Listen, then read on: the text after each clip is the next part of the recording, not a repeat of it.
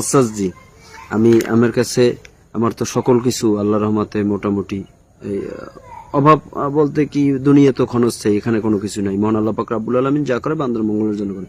কাল পরকালে যে ওস্তাদ জি, আমি একজন মানে আপনার এই এই যে কবর গুলো সব সকল কিছু এইগুলো সম্পত্তি আপনার। এই যে কবর, আপনি একজন কবরের, আপনি কবর সম্পর্কে আপনি কিছু বলুন। কবর হইলো মুসলমানদের একটা পবিত্র জায়গা, যে যাও তত ভালো করে যাও, সে কবর তত শান্তিতে থাকবো।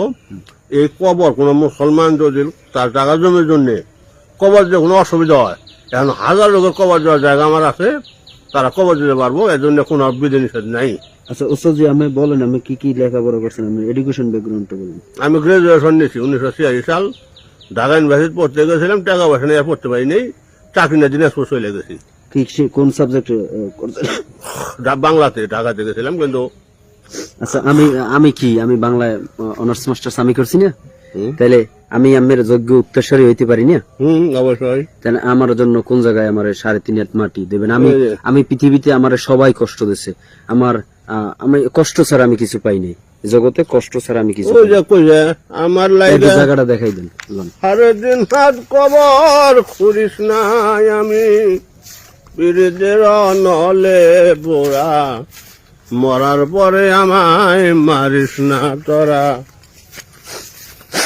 মরার পরে আমায় মারিস না, কাঁদিস না রে জংলার বাস, আমি একটা জিন্দা লাশ, কাটিস না রে জংলার বাস, আমার লাইগা এই যে সবচেয়ে আমার কবর ভাই ভাবি দেখা দেখি গান গান। ওস্তাদ জি, আমার খবরটা কোন জায়গায় বিষয়টা বলেন, আবার বলেন। তুমি কি বলছেন মানুষ এই বয়সে কাম দাও, সব সংসার বাড়ি লাগছে, ছাড়া কেউ নাই, এটা সব আমার জমি, আল্লাহ দেখে আল্লাহ জমি। এই যে এটা আমার ছোট ভাই, এটা আমার মধ্যে বড় কন্ট্রাক্টর আছিল, 21 কোটি টাকার কাম ধরে কাম করার অবস্থায় মারা গেছে। ওই মা মারা গেছে মনে করো যে শুক্রবারে, ভাই মরছে বুধবারে। বুধবারে আমার জন্মদিন, 9/6 আমার জন্ম। আমার আব্বার খবর, আমার আব্বা শিক্ষক ছিলেন, একটা প্রাইমারির প্রায় 40 বছর শিক্ষকতা করছেন। এগুলো যে সমাজের কবরখানা। আমার খবরটা কোথায় অর্থাৎ আপনার পাশে দিবেন আমার? এইটা সব যেখানে তুমি নিবো ওখানে তো তোমার না, আমি নিব না, আপনি আপনি আপনি বলেন যে আমি আমার যে জায়গায় দেবে, এই যে সাহিত্য করিয়ে দেবে, এই চাচি আম্মা বা কাকি আম্মার কই দেবেন যে আমি 3.5 জমি ওরে দিয়ে গেছি।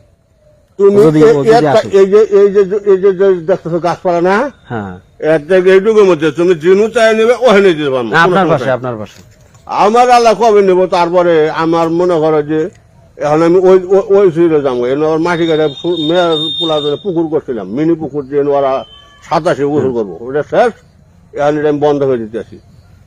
কোন জায়গায় আপনি যে জায়গায় থাকবেন, মানে একটু বলেন যে আল্লাহ যদি তোরে নসিব করে আমার পাশে কবর থাকবে, সেটা বলেন।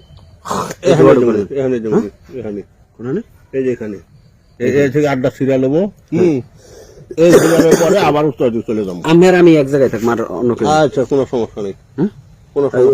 কাকি এমনি বললি যান, হ্যাঁ বলছি না, এটা বললে না গেলে হইবে না, যে আমি যে আগে গেলে বা তুমি গেলে যে যাও, আমার সন্তানকে বললে যাবো যে এটা সন্তান আমার বাংলায় অনার্স করছে, ও মাস্টার্স করছে, বঙ্গবন্ধু ল কলেজে LLB করতেছি, তারপর যাই হোক ওটা কোনো বিষয় না। এই মাটি 3.5 আমার তো আমার বাড়িতে বান্ধানো আছে, আমার আব্বু আম্মুর যেটা আছে গান্ডা 3.5 মাটি দিয়ে আমি কবরের জায়গাটা খালি ওই দিয়ে কিনতে পারিনি, মানে আমার পয়সা নাই সোজা কথা। 30,000 টাকা মোবাইল আছে, কিন্তু মোবাইলে ওই নেই। আমার বাংলাদেশ ব্যাংকের 3.5 কোটি টাকা আমি যাই না, টাকা দিয়ে কি করবো? ওটা কি কবরে নিতে পারবো? আমার একটু এই জায়গাটা প্রয়োজন, মানে আমি যাবো না, ওইটা যাবো না, হয়তো দেখা দেয় আমি কি যাই যাবে কিনা, তারপর বলেন আমার কবর বারে 3.5 টাকা দিয়ে দিবেন।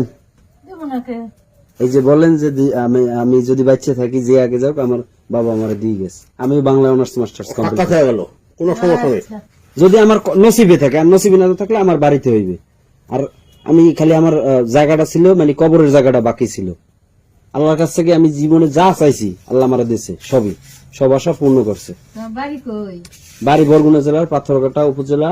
আমার পিতার নাম মরহুম আব্দুর রহমান, মাতার নাম মোসাম্মদ, হেও মারা গেছে বিউটি বেগম, আর এক ভাই পুলিশের এএসআই আছে।